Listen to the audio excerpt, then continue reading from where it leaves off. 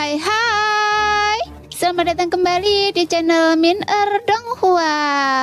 Di video kali ini kita akan melanjutkan cerita Donghua Battle Drop Devon. Nggak lama-lama lagi, kita langsung aja ke ceritanya. Cekidot.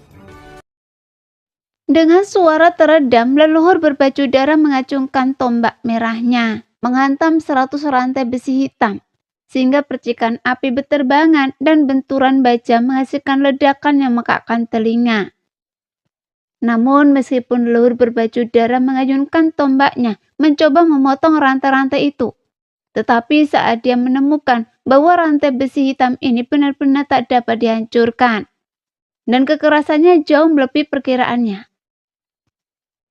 Sialan, terbuat dari bahan apa ini?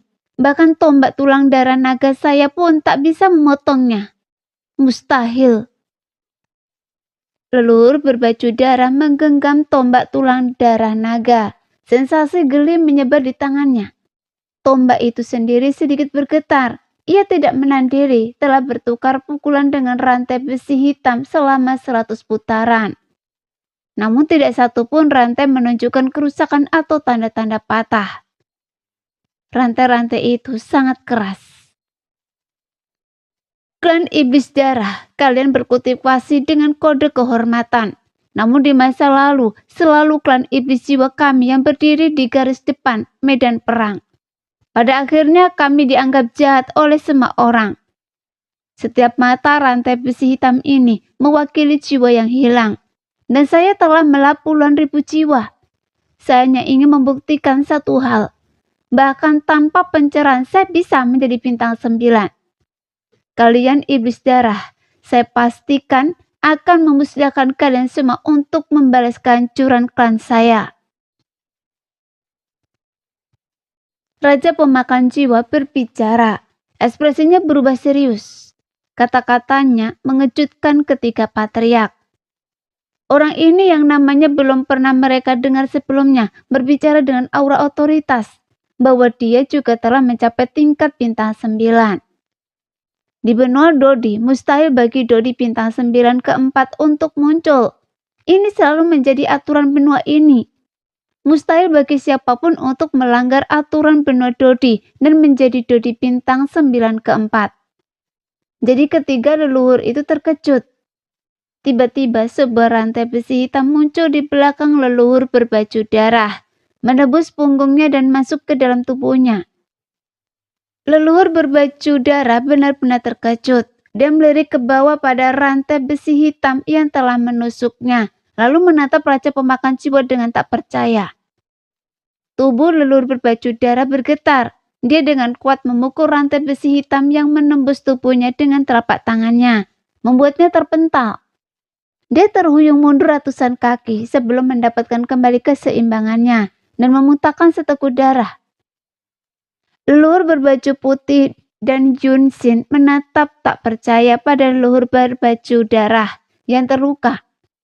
Tubuh fisik seorang Dodi bintang 9 sangat kuat. Secara logis seharusnya tidak mungkin untuk ditusuk secara langsung. Pada tingkat bintang 9, tubuh mengalami perubahan kualitatif. Daging dan darah mengalami sublimasi. Tingkat selanjutnya adalah Dodisian, di mana Ki Asa Kaisar sepenuhnya terintegrasi ke dalam daging dan darah, mengubahnya. Benda-benda besi biasa hanya akan hancur berkeping-keping untuk menembus tubuh Dodi bintang 9, membutuhkan sesuatu yang melampaui tingkat alam ini. Tidak, mustahil. Tubuh saya sudah setengah abadi. Rantai besi apa ini? Mata leluhur berbaju darah melebar ketakutan. Kekuatan raja pemakan jiwa jauh melebihi perkiraannya. Rantai besi hitam yang terbentuk dari kebencian jiwa-jiwa yang mati. Bahkan dengan tubuh Anda yang abadi, Anda masih bukan tandingan mereka. Selain itu, Anda hanya memiliki kekuatan alam bintang 9 awal. Tentu saja Anda tidak bisa menahan rantai besi hitam saya. Raja pemakan jiwa tertawa terbahak-bahak melihat penampilan leluhur berbaju darah yang berantakan. Yunsin, kakak King, ini akan sulit. Kali ini saya khawatir kita bertiga harus bergabung. Jika orang ini tidak disingkirkan, dia akan menjadi ancaman besar. Leluhur berbaju darah memegang lukanya, tubuhnya yang setengah abadi sembuh dengan kecepatan yang menakjubkan. Dalam sekejap, luka tusukan itu sembuh sepenuhnya, hanya menyisakan bekas luka samar. Sosok leluhur berlumuran darah tetap tegak, tampak tidak terluka. Ini dianggap sebagai cedera ringan. Oh, apa ini? Berencana untuk bertindak tidak tahu malu dan mengeroyok saya. Raja pemakan jiwa melanjutkan ejekannya, menatap wajah leluhur berbaju darah yang sangat pucat.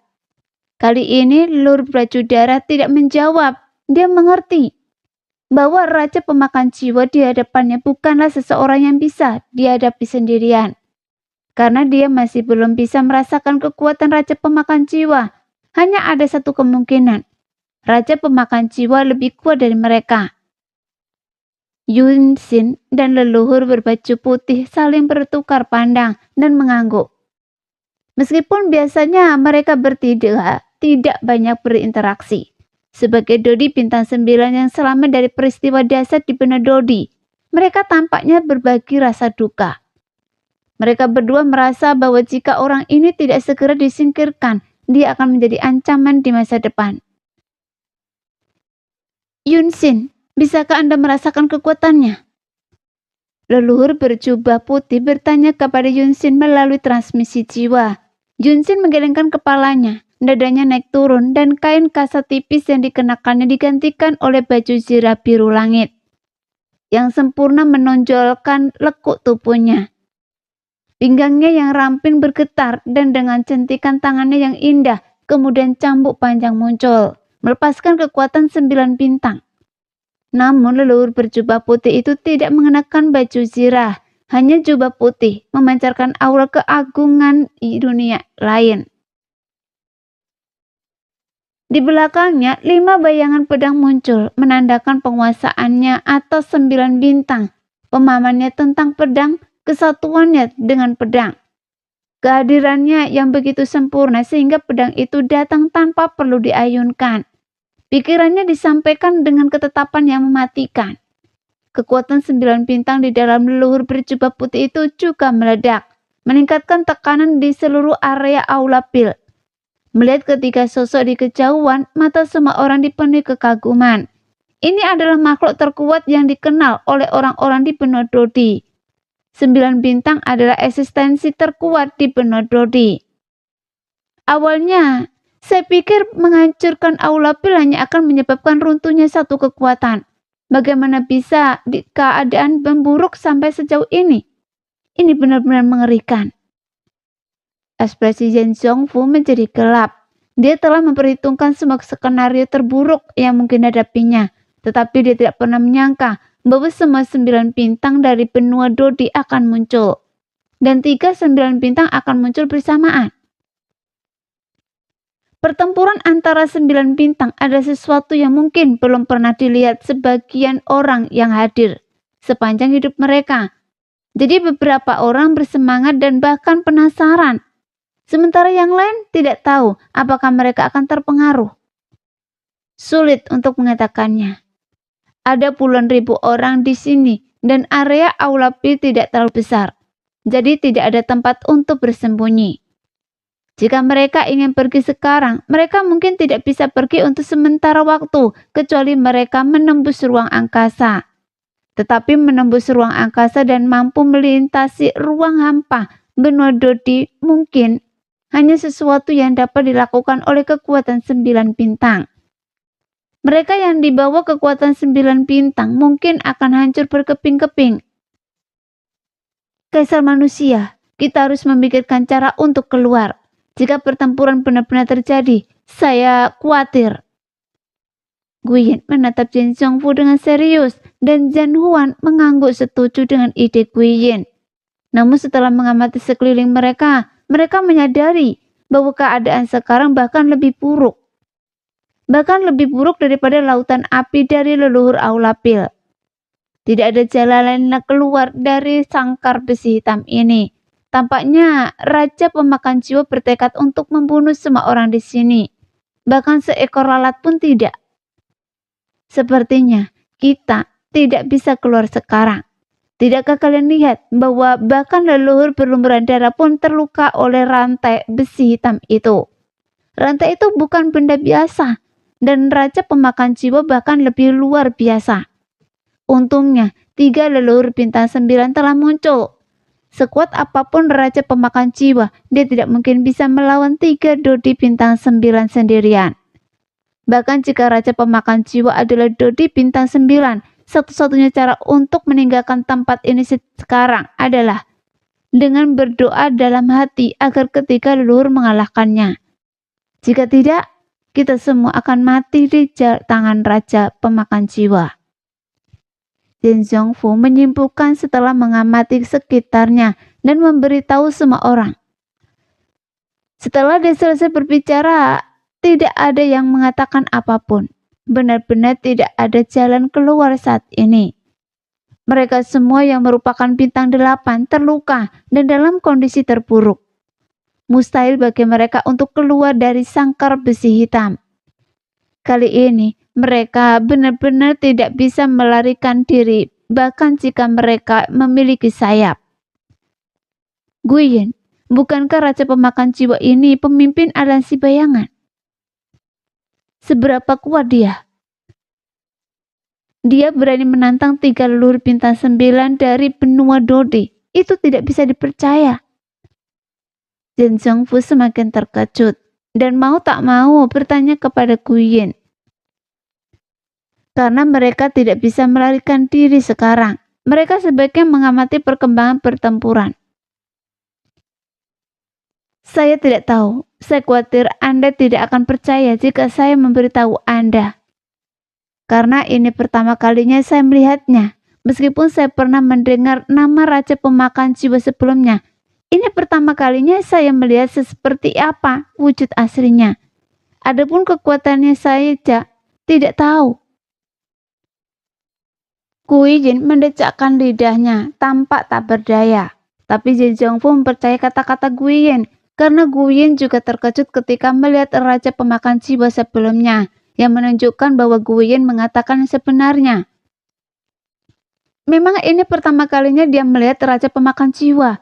Tentu saja bukan hanya Guiyin yang memegang posisi tinggi di aliansi bayangan, tetapi dia tidak terlibat dalam urusan internalnya. Hal yang sama berlaku untuk Suetu dan yang lainnya. Mereka tidak pernah berhubungan dengan Raja Pemakan Jiwa. Hubungan dan tugas bawahan mereka ditetapkan berdasarkan tingkatan, dan mereka tidak memiliki kesempatan untuk berhubungan dengan Raja Pemakan Jiwa. Ini menunjukkan betapa ketat dan hati-hatinya sistem aliansi bayangan. Mungkin itulah sebabnya, mengingat besarnya kekuatan Raja Pemakan Jiwa, jika ia benar-benar memiliki kekuatan bintang 9. Kekerasannya yang mengelilinginya begitu ketat, sehingga bahkan ketiga leluhur bintang 9 pun tidak menyadarinya. Ini saja sudah cukup untuk membuktikannya. Dengan ketiga leluhur bekerja sama, tidak ada keraguan. Mereka seharusnya mampu mengalahkan Raja Pemakan Jiwa. Melihat ini, Zhan Huan tentu saja penuh percaya diri pada leluhurnya. Setelah selesai berbicara, Jin Zhongfu menggelengkan kepalanya, tatapannya penuh pertimbangan terpancar di matanya. Situasinya mungkin jauh lebih buruk dari yang terlihat. Raja Pemakan Jiwa ini berani menjebak kita di sini dan bahkan berani menghadapi ketiga patriark secara langsung. Aliansi bayangan tampak tidak berarti, namun memiliki kekuatan yang begitu menakutkan. Hanya berdasarkan ini, Raja Pemakan Jiwa bukanlah orang biasa. Dia pasti tidak bertindak gegabah, dan pasti dia punya alasan. Pertempuran ini tidak pasti. Zhen Zhongfu menganalisis perlahan setelah mengamati situasi pertempuran. Semua orang terdiam. Setelah mendengar analisis Zhen Zhongfu, mereka setuju, terutama Guiyin dan Suetu yang bahkan lebih yakin dengan pendapatnya. Sebagai pembunuh bayaran aliansi bayangan, mereka tidak banyak tahu tentang aliansi bayangan, tetapi mereka sangat menyadari disiplin ketatnya. Saat mereka mendiskusikan pertempuran, Xuan berdiri di depan, alisnya berkerut. Pada saat itu, sebuah suara bergema di benaknya. Tuan, Anda harus maju dalam pertempuran ini. Jika tidak, ketiga orang ini akan mati di tangannya hari ini. Saya dapat merasakan bahwa dia setidaknya adalah kultivator bintang 9 tingkat menengah. Sementara ketiga orang ini adalah kultivator bintang 9 tingkat awal. Dia berkultivasi menggunakan jiwa orang mati, bahkan jika ketiga orang ini bersama-sama. Mereka mungkin tidak akan mampu menandinginya. Hanya Anda yang dapat menyainginya. Suara ini memasuki pikiran Soyan, mengejutkannya. Dia segera mendongak. Tatapannya tak tergoyahkan, tertuju pada gagak emas berkaki 3. Gagak emas berkaki 3 itu juga menatapnya, tetapi setelah hanya sekali melirik, ia membuang muka. Tampaknya waspada terhadap Raja Pemakan Jiwa. Ini, mungkinkah Tuan yang disebutkan Raja Pemakan Jiwa tadi? Api gagak emas matahari agung. Yang diakuinya adalah saya. Soyan dipenuhi rasa tidak percaya. Kapan api surgawi peringkat nomor 1 mengakuinya sebagai tuannya? Dia tidak tahu. Apa yang sedang terjadi? Apakah ini hadiah dari surga? Tuan, kapan saya menjadi tuan Anda? Soyan tercengang, meskipun diam-diam senang. Jika dia bisa menyatu dengan api surgawi peringkat 1, kekuatannya mungkin akan meningkat drastis lagi. Dan teknik surgawi tingkat ke-8-nya bahkan mungkin akan maju. Teknik surgawi tingkat ke-8 telah berevolusi menjadi teknik iblis. Evolusi selanjutnya adalah teknik iblis. Soyan tahu bahwa sudah waktunya untuk meningkatkan teknik surgawi tingkat ke-8-nya. Jika tidak, dokinya tidak akan cukup untuk kultivasi yang akan datang. Teknik kultivasi memainkan peran penting dalam kemajuan doki. Setiap evolusi teknik surgawi tingkat ke-8 mewakili level baru. Dan evolusi ke-6 ini merupakan lompatan maju. Dahulu kala tetua Zen pernah mengatakan bahwa ketika teknik surgawi tingkat ke-8 mencapai level ke-6, teknik iblis itu akan berubah menjadi dari teknik tingkat kehendak menjadi teknik tingkat dunia. 9 bintang sangat dekat dengan puncak Dodi Kaisar pertempuran. Di atas 9 bintang terdapat Dosian abadi, pertempuran yang legendaris. Di dalam doki, ki pertempuran seorang Dosian dihasilkan ki asal abadi, setara dengan ki asal kaisar, tetapi satu tingkat lebih tinggi. Kemurniannya tak tertandingi oleh ki asal kaisar. Ki asal abadi memang ada di Penedodi, tetapi sangat langka.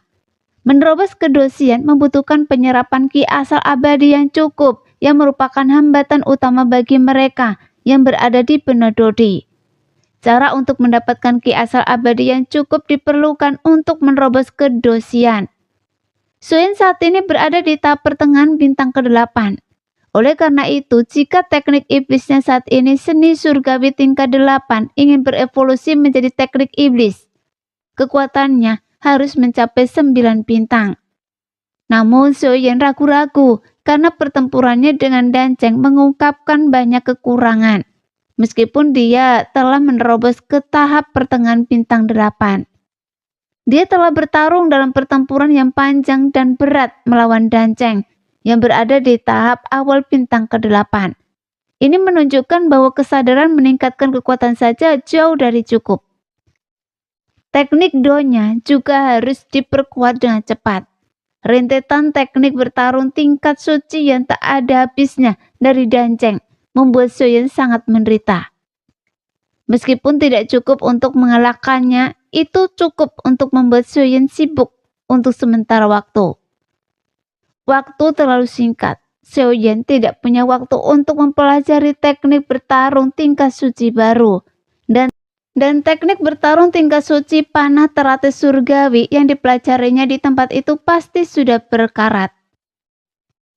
Semua api di benua Dodi mengakui Anda sebagai tuan tertinggi mereka. Saya merasakan kehendak Anda, kehendak yang kuat, kehendak yang belum pernah muncul di benua Dodi untuk waktu yang sangat. Jadi saya ingin mengikuti Tuan dan menjadi generasi yang mulia api. Gagak emas berkaki 3 menjawab pertanyaan Soyan, sehingga Soyan terkejut. Mendesis, matanya melirik ke sana dan kemari. Kapan semua api di benua Dodi mengakuinya sebagai tuan tertinggi mereka? Dia tidak tahu, yang sangat membingungkannya. Mungkinkah pada saat pencerahan, ketika saya memahami do api, semua api yang tak terhitung jumlahnya di benua Dodi mengenali saya? Suyen merenung sejenak lalu bertepuk tangan, mengingat bagaimana dia memang merasakan aliran ki asal kaisar yang telah merobos dari segala arah ketika dia memahami do api di Bahtera Istana Hantu. Suyen sebelumnya tidak tahu bahwa ini adalah penghormatan dari api yang tak terhitung jumlahnya kepadanya, menawarkan energi api mereka untuk membantunya mencapai terobosan. Sekarang, dengan gagak emas berkaki 3 menyebutkannya, Suyen langsung memahami sumber ki kaisar yang melimpah, dan gelombang emosi melanda darinya. Suyen juga merasa bahwa benua Dodi dan benua Dogi telah menaruh harapan tertinggi padanya. Setelah tiba di benua Dodi, Suyen secara bertahap menjalin ikatan yang tak terpisahkan dengannya. Jangan kita bahas itu sekarang. Apa maksud Anda meminta saya untuk maju? Maksud Anda ingin saya seorang Dodi bintang 8 ikut serta dalam perang antara benua Dodi bintang 9? Suyen tidak melanjutkan pertanyaannya tentang masalah pengakuan, tetapi malah fokus pada situasi keseluruhan dan menanggapi apa yang dikatakan gagak emas berkaki 3 sebelumnya. Iya, Tuan harus maju. Dalam pertempuran ini, bahkan 3 bintang 9 pun tidak sebanding dengan orang ini. Dia telah menyerap jiwa-jiwa orang mati yang tak terhitung jumlahnya, dan kekuatannya jauh melampaui kekuatan ketiga bintang 9 ini. Jika Tuan tidak maju, saya khawatir semua orang ini akan menjadi jiwa-jiwa orang mati barunya. Dan jika orang ini menyerap jiwa puluhan ribu orang ini, itu akan menjadi ancaman yang menghancurkan bagi seluruh benua Dodi. Nada suara gagak emas berkaki 3 agak mendesak, seolah-olah setiap detik sangat berharga, dan dia perlu membuat Suyen memahami pentingnya masalah ini dengan cepat. Tetua Zan, apa yang harus saya pilih? Tolong beri saya jawaban. Suyen tidak bisa mengambil keputusan. Setelah berpikir lama, dia masih belum bisa memutuskan. Di satu sisi, dia takut kehilangan kesempatannya untuk menjadi dosian. Dan di sisi lain ada puluhan ribu nyawa yang dipertaruhkan. Di antara mereka adalah orang-orang yang paling disayangi Suyen, orang-orang yang harus dia lindungi. Jika memang tidak ada cara lain, Suyen harus mencoba. Tetapi sebelum itu dia memutuskan untuk meminta pendapat Tuan Zan untuk melihat apakah ada pilihan yang lebih baik. Setelah beberapa saat hening, suara Tetua Zan terdengar. Jika Anda memiliki kesempatan, maka lakukanlah. Anda tidak perlu khawatir tentang fondasi Anda. Tingkat keempat pagoda roh kekosongan Shinchan dapat menyelesaikan masalah Anda dengan mudah. Jadi Anda bisa tenang tentang itu. Dalam situasi saat ini, hanya jika Anda berhasil menerobos. Jika tidak seorang pun dari kita akan dapat pergi hari ini. Begitu Tetua Zan mengatakan ini, mata Suyen berbinar. Bahkan Tetua Zan mengatakan tidak ada yang perlu dikhawatirkan. Jadi memang benar-benar tidak ada yang perlu dikhawatirkan. 9 bintang. Level seperti apa itu? Saya sebenarnya cukup menantikannya. Suyen mengepakkan tinjunya, matanya menyala dengan semangat bertarung. Hausnya akan kekuatan tidak pernah surut sejak ia tiba di kota hutan dan melakukan perjalanan ke benua Dodi. Ia selalu mendambakan untuk menjadi lebih kuat terlebih dahulu. Setelah Xiao Wutian menunjukkan kepadanya bencana langit dan bumi, Suyen tahu ia memikul tanggung jawab yang berat. Ia harus mempercepat pertumbuhannya. Ia tidak ingin bencana langit dan bumi kedua terjadi. Benua Dodi ini telah menjadi rumah keduanya. Keluarganya, kekasihnya, saudara-saudaranya, ini adalah segalanya baginya. Dan ia harus melindungi mereka. Dan saat ini Suyen harus berdiri dan melindungi semua orang. Baiklah, bagaimana saya bisa menembus batas? Apakah bertarung dengan saya akan mencukup untuk mencapai 9 bintang? Suyen setuju, matanya penuh tekad. Penembusan itu akan membutuhkan waktu yang cukup lama. Ia harus menembus batas sebelum ketiga patriark dikalahkan. Hanya jika ketiga patriark bintang 9 itu dapat menunda Raja Pemakan Jiwa, barulah Soyen dapat menerobos dengan aman. Tidak cukup, saya dapat merasakan api surgawi dan segera di samping Anda. Jika Anda menambahkannya, itu akan cukup. Suara gagak emas berkaki 3 bergema di benak Soyen. Telapak tangan Soyen melulurkan token giok teratai biru yang muncul. Kaisar bebas telah memberinya token giok teratai biru. Dan dia telah menyerap roh iblis supernatural di dalamnya. Awalnya ada 3 bola cahaya merah, ungu, dan putih. Soyen telah menyerap roh iblis supernatural putih dan masih ada bola merah dan ungu. Dia tidak tahu jenis 3 benda ajaib apa yang ada di dalamnya. Tetapi karena gagak emas berkaki 3 mengatakan bahwa memilikinya sudah cukup, itu berarti kedua benda ajaib ini tidak berperingkat rendah. Roh hantu dan roh iblis supernatural yang telah diserap Soyen sebelumnya berperingkat relatif rendah, tetapi mereka memiliki keterampilan yang sangat kuat. Maka kekuatan ilahi yang memungkinkannya untuk melihat masa depan. Kaisar yang bebas mungkin menganggap kemampuan ini terlalu abnormal. Dan meskipun peringkatnya rendah, dia tetap menganggapnya sebagai harta karun. Tanpa ragu, Soyen menyalurkan kekuatan jiwanya ke tablet giok teratai biru, mengulurkan tangan untuk meraih cahaya ungu itu. Ruang di sekitarnya bergeser tiba-tiba. Ruang yang sebelumnya gelap kini dipenuhi pilar-pilar batu. Di tengah pilar-pilar ini terdapat platform melingkar. Di atasnya terdapat pedang batu. Di bawah pedang itu terbaring sesosok figur, lengannya terikat oleh 2 rantai besi. Masing-masing rantai terhubung ke batu besar. Jelas ini adalah sosok manusia mengenakan jubah ungu. Kepalanya tertunduk. Namun saat Soyen masuk, sosok itu perlahan mengangkat kepalanya, memperlihatkan rambut ungu yang indah dan mata yang berkilauan dengan cahaya ungu yang tajam, menatap dingin ke arah Soyen. Kau adalah tuan yang kaisar suruh saya pilih, kan? Kata sosok ungu itu saat melihat Soyen. Jiwa Soyen juga mencapai platform, mengangguk pada sosok itu. Dia merasakan aura dingin yang terpancar darinya, sesuatu yang belum pernah dia rasakan sebelumnya, dengan roh iblis kekuatan ilahi. Sekarang, saya secara resmi mengundang Anda untuk menjadi salah satu dari saya, untuk menjadi bagian dari saya. Soyen tersenyum dan melulurkan tangannya dengan tulus. Ekspresi sosok ungu itu membeku sesaat melihat ini. Lalu dia tersenyum. Anda adalah manusia, bukankah manusia hanya mampu menyerap api surgawi? Saya adalah segeroh, dan takdir saya berbeda dari takdir Anda. Saya khawatir saya tidak dapat menerima undangan Anda. Sosok ungu itu berkata perlahan. Soyen masih tersenyum, dan dari antara alisnya 5 segeroh terbang keluar dan mengembun menjadi 5 pancaran cahaya di udara. Ekspresi sosok ungu itu yang tadinya acuh tak acuh tiba-tiba berubah melihat ini. Dia tampak tak percaya dan menatap tajam ke 5 pancaran cahaya yang melayang di atas kepala Soyen. Ini, bagaimana mungkin Anda benar-benar memiliki begitu banyak segeroh di tubuh Anda? Sungguh luar biasa. Apakah Anda iblis?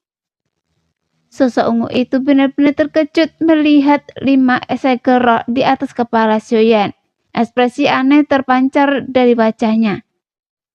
Ketidakpeduliannya sebelumnya hilang. Itu tidak benar. Bahkan iblis hanya bisa menahan 1 segeroh. Tapi Anda bisa menyerap 5 sekaligus. Apakah perlu membuat keributan seperti itu? Melihat ekspresi terkejut sosok ungu itu, Soyen tersenyum tipis dan beberapa pancaran cahaya muncul dari antara alisnya, termasuk api surgawi dan roh hantu. Berjumlah puluhan.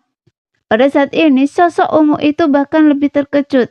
Kali ini mulutnya terbuka lebar karena takjub, seolah-olah bisa membuat telur, dan matanya hampir melotot.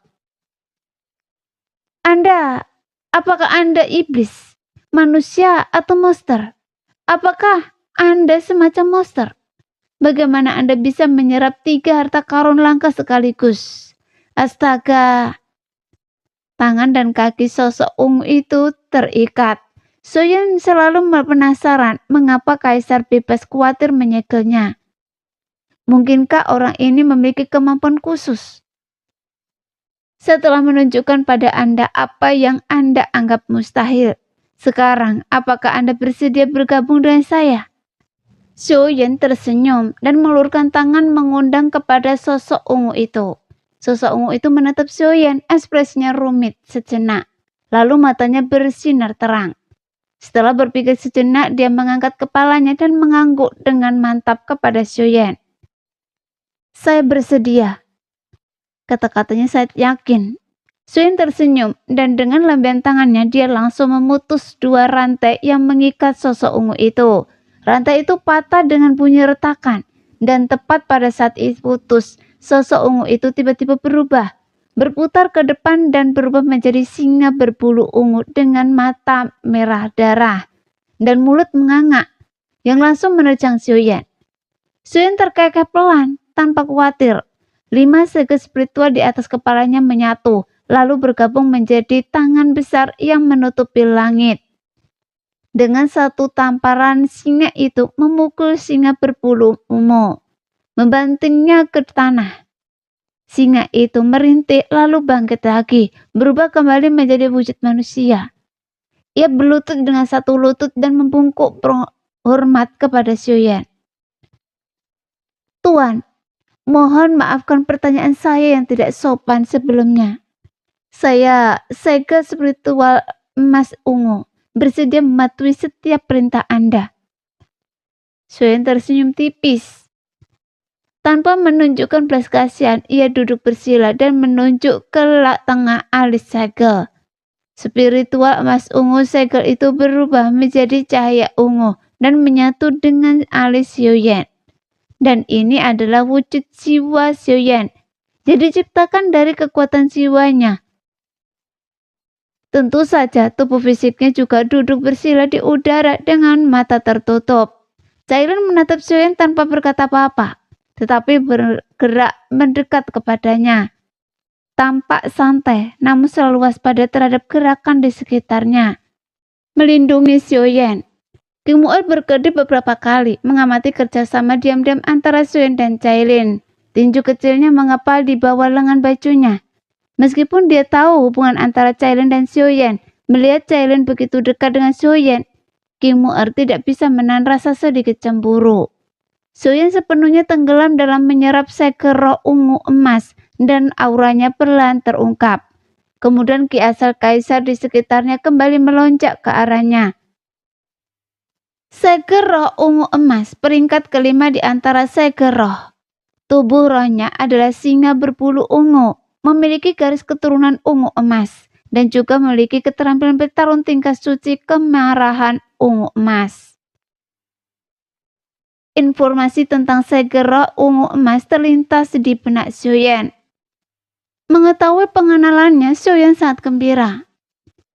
Ini benar-benar tak terduga. Dari 3 benda ajaib yang diberikan kepada saya oleh Kaisar Sioyo, roh iblis kekuatan ilahi mungkin berada di peringkat yang sedikit lebih rendah. Tetapi ia memiliki mata ilahi yang mampu meramalkan masa depan. Sekarang segel roh emas ungu ini sebenarnya berada di peringkat kelima. Tidak hanya berperingkat tinggi, tetapi juga memiliki keterampilan tempur tingkat suci mengamuk emas ungu. Ini memungkinkan seseorang untuk memasuki keadaan mengamuk untuk waktu singkat. Secara signifikan meningkatkan kecepatan reaksi dan daya hancur. Ini adalah keterampilan tempur menguat yang cukup bagus.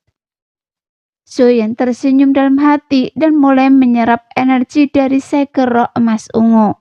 Kekuatannya di tahap pertengahan tingkat bintang 8 mulai berfluktuasi lagi. Saat menyerap roh iblis kekuatan ilahi, kekuatan bintang 8 Soyen di tahap pertengahan dapat dikatakan telah sepenuhnya stabil. Sekarang menyerap segel roh emas ungu peringkat kelima cukup normal jika kekuatannya mulai meningkat. Tentu saja, apa yang dianggap normal oleh Xiaoyan di mata Yan Zhongfu dan yang lainnya, Xiaoyan lebih mirip monster daripada monster sungguhan. Lihat, apa yang dilakukan Xiaoyan lagi? Yan Zhongfu memperhatikan gerakan Xiaoyan dan Guiyin, Zhan Huan, serta King Huran juga memperhatikannya.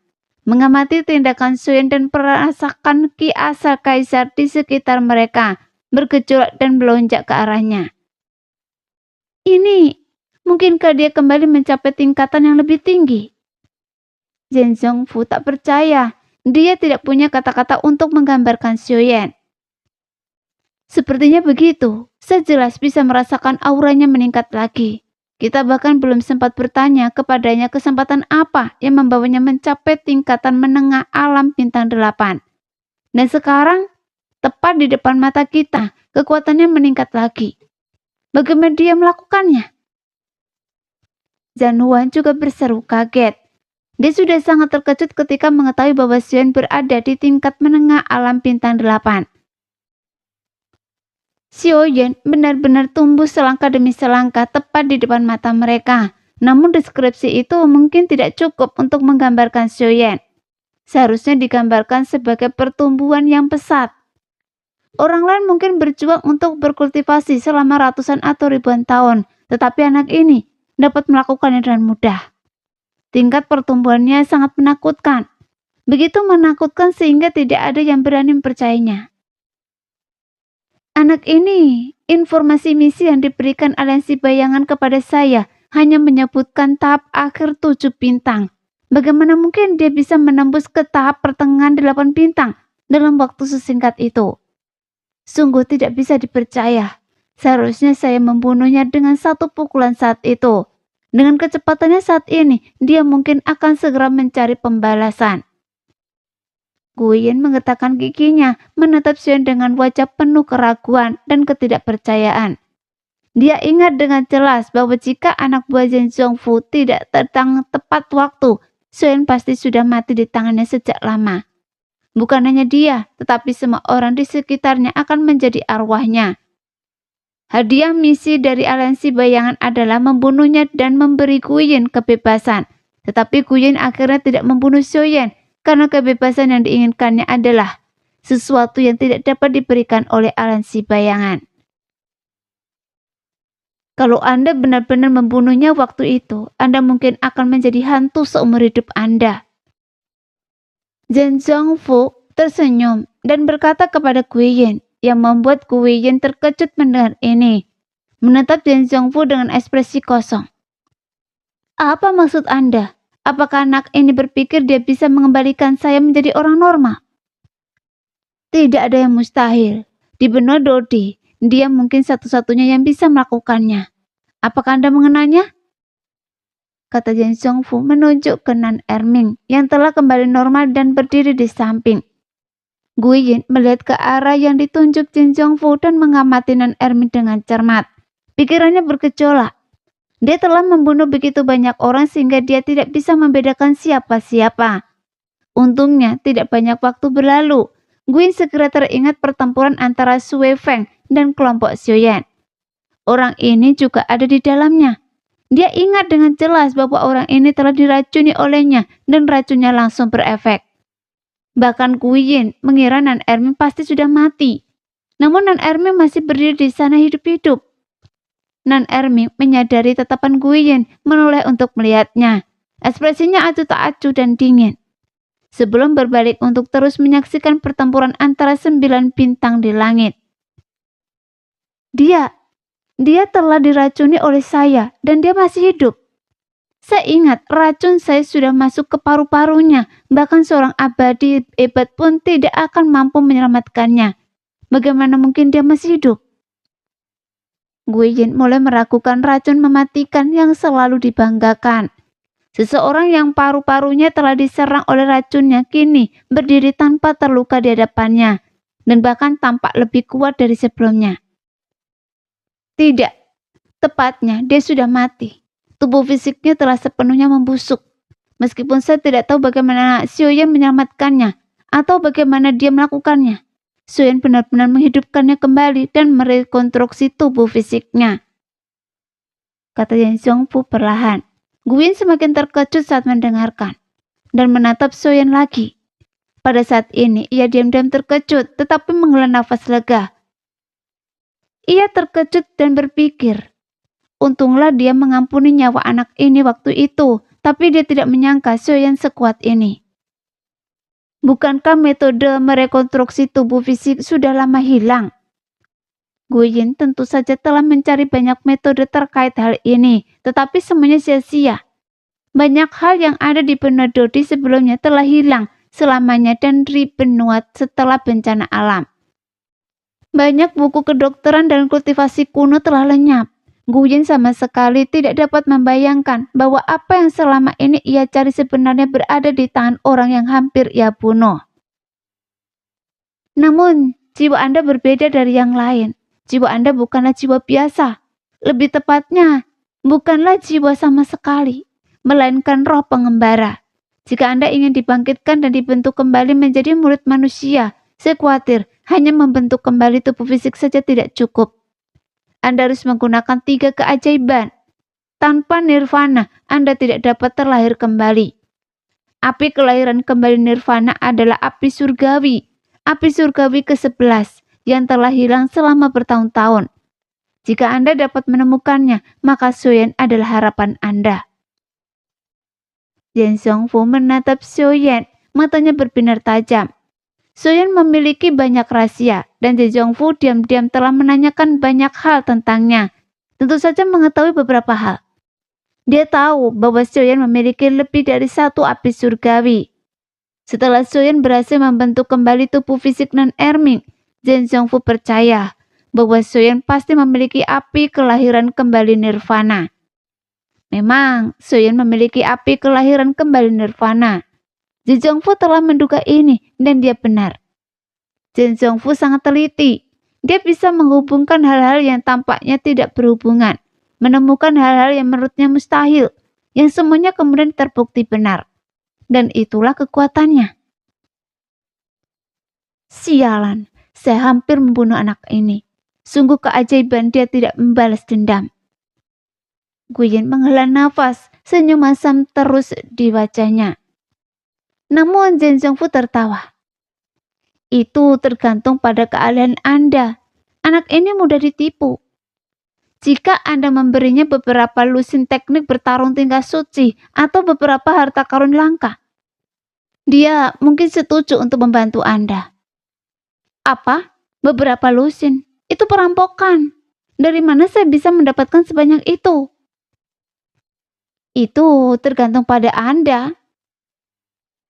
Pada saat yang sama, di dalam mengarai setinggi 10.000 kaki, seberkas api melesat ke langit, berdiri di udara seperti matahari yang menyilaukan. Matanya berisi api yang tak terhitung jumlahnya. Itu adalah gagak emas berkaki 3 yang sebenarnya. Api surgawi nomor 1. Api gagak emas matahari agung. Dia meninggalkan ngarai, langsung menuju istana pil. Nah, demikianlah video kali ini. Terima kasih sudah menonton video Min R sampai selesai.